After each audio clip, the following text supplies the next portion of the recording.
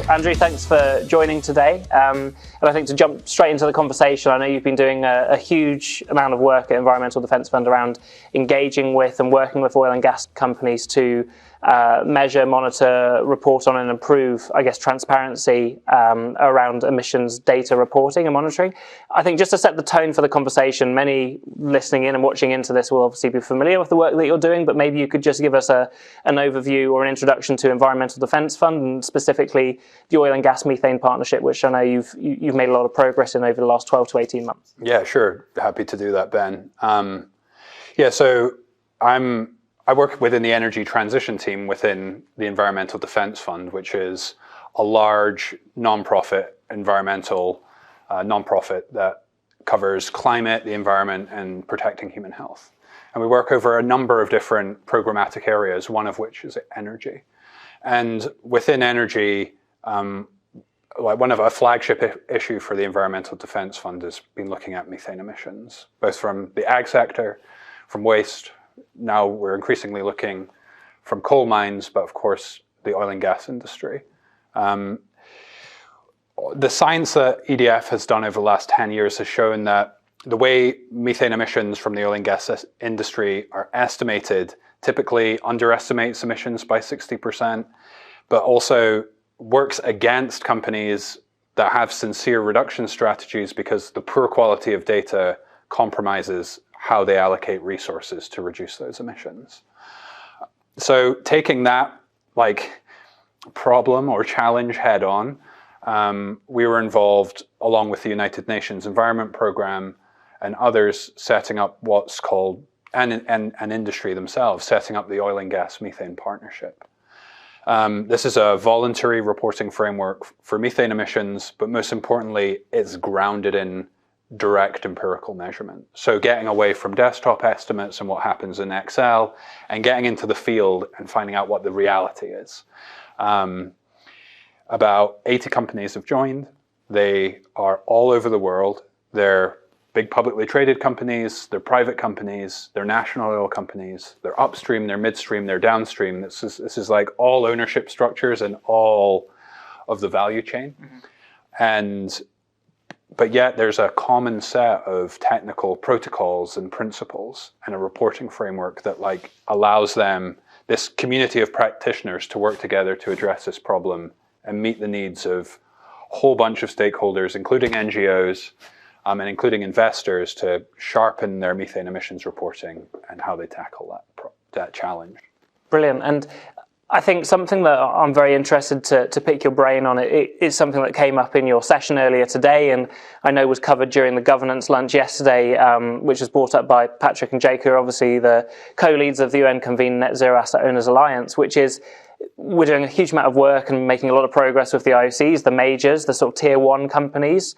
But really that makes up, I think, 14% they quoted of global supply. And that leaves 86% of independents, government bodies, NOCs, etc., who are harder to engage with, harder to reach. And I know you guys, off the back of COP27 a couple of weeks ago, made a significant sort of step forward in this space with Petronas signing up to OGMP 2.0.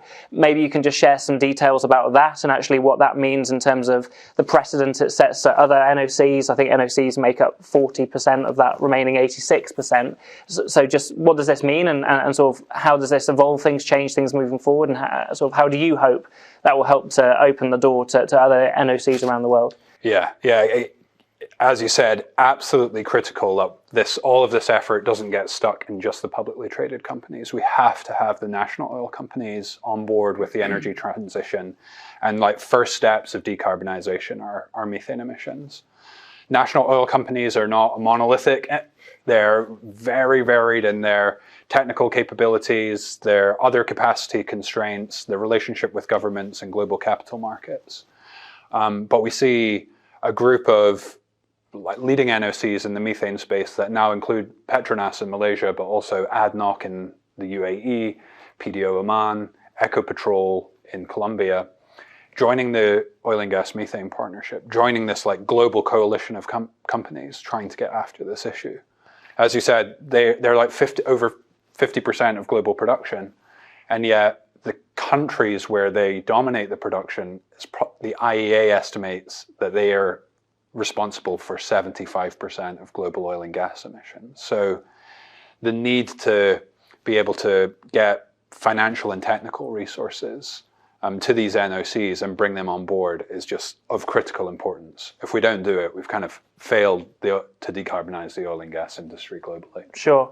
And I think, again, another thing that came up in the governance lunch yesterday during your panel was, I think, a common theme of sharing and partnerships. I think Rachel Bonfante at Chevron commented on how they partner with their sort of co-partners in region and in some of these areas. I think she referenced Kazakhstan, where actually there's a case of they've got the expertise, they've got the knowledge from having applied these practices to other assets that they operate around the globe, and actually sharing that best practice with their sort of venture partners. I mean, what importance do you attribute to that, and how can that again be used to further this initiative and align more companies with the OGMP sort of framework? Yeah, no, it's like a great observation. And if you think about the super majors, or the 14%, half of their production comes from non-operated assets, where they're in joint ventures with other companies that operate them. And within that sort of 50% is 60% is NOCs operate the assets, or they operate them in operating companies with NOCs. And so you can already see this conduit emerging. But I mean, that's the reason that they're there. Like Chevron are in Kazakhstan because they were able to provide the technical and financial expertise to develop that resource. Now they should be using that same conduit to funnel in technical and financial resources to help decarbonize those assets and transition those economies.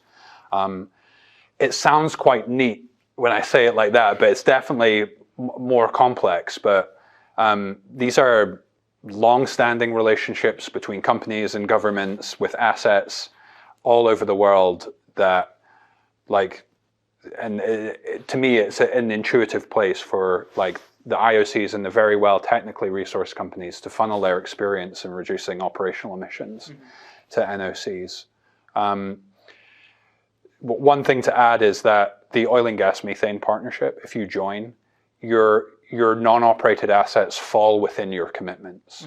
So there's a bit of incentive, even though that's a voluntary framework, it's just another incentive for these IOCs to basically reach through their joint ventures to help them decarbonize.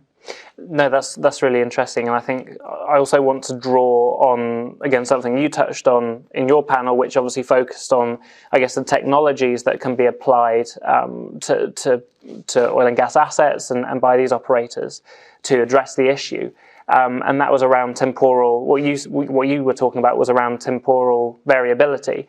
And obviously it's difficult to detect, I guess, how much emissions are being extracted from a certain point in an asset, identify the source points, etc. So, I mean, how do you go about accumulating data and knowing that data is reliable to be able to give you an accurate indication of how much methane an asset or a pipeline or wherever it may be is emitting across the value chain, and also identifying the source points so that an operator can actually identify where they should be putting their money to work and where they need to be addressing the issue?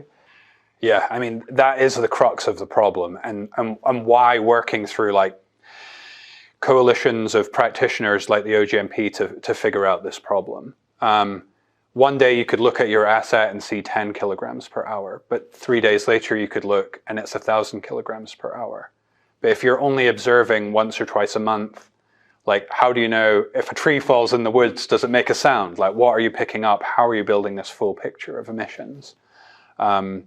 And part of that is statistically sampling. So knowing that, hey, we can only afford an overflight once a month, we're going to look at, like, how can we fill the gaps in our temporal data? And that might be continuous monitoring or other operational information that you're getting. As you learn what causes your big emission events, what SCADA data are you getting from your operations right now that can help you sort of predict when that's going to happen? But yeah, it's really complicated, and it's a big part of what the industry are having to work together to figure out right now. But using this layered technology approach where you're stacking satellite data with aircraft data, with drone data, with ground-based data, is helping companies gain the biggest insight into what's actually happening. Yeah, no, absolutely. And I guess just finally to wrap it up then, another issue or another theme which came up during your panel, which you spoke to, was actually the role that investors are playing in terms of getting involved in these and sort of the analysis of emissions sort of source points, etc., and the work they're doing to identify, I guess, the emissions being emitted from the assets. I mean, why are investors so interested in this sort of, and how do they convince, or how do we as an industry convince operators to get on board with this? Because I think one deterrent is obviously the cost implications of it. It requires an operator to assume costs to invest in technology. How does it help them to develop a competitive advantage in the market? Yeah, so I mean, there's no way around it. We have to diversify our energy mix away from fossil fuels into lower carbon sources. But the IEA and the IPCC do show continued use of oil and gas through 2050. Those barrels are going to be the lowest cost barrels and the lowest emission intensity barrels. And if you want to be able to compete in the energy transition as a pure oil and gas company, you're going to have to figure out how to do both.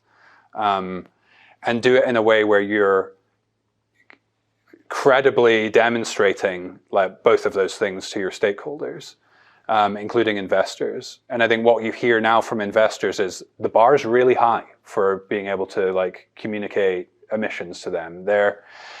In the past, there was a bit of information asymmetry. It was there in a stewardship conversation between an investor and an oil and gas company. They'd bring their chief scientist and their COO, and everything's okay, and it's difficult to rebut some of what they're saying. But now you see investors are incredibly sophisticated about the quality of data that they want to see around key issues like methane emissions, which is why, as I discussed on the panel, you have trillions of dollars of assets under management asking these companies to go away from emission factors and paper-based estimations and towards direct empirical measurement. And they're not doing that out of the goodness of their heart. They want to reduce systemic risk from climate change to all of their investment portfolio, and they want to make sure that their existing energy investments are robust enough to not be value destructive to their portfolios going forward. How could that happen? We could see access to markets for high intensity fossil fuels being contingent on demonstrating really low emissions. And in that case, if you've not got ahead of it, you could be shut out or penalized from moving your oil and gas across borders or selling to customers. That's what not even late stage energy transition, that could happen pretty quickly. And I think is why investors are so laser focused on issues like this right now. Yeah, no, 100%. Well, I think there's lots to unpack there, but I'm mindful of time, so we'll wrap it up. But look forward to continuing the conversation and appreciate the time. So thanks, Andrew. Cheers, Ben. Thanks for having me.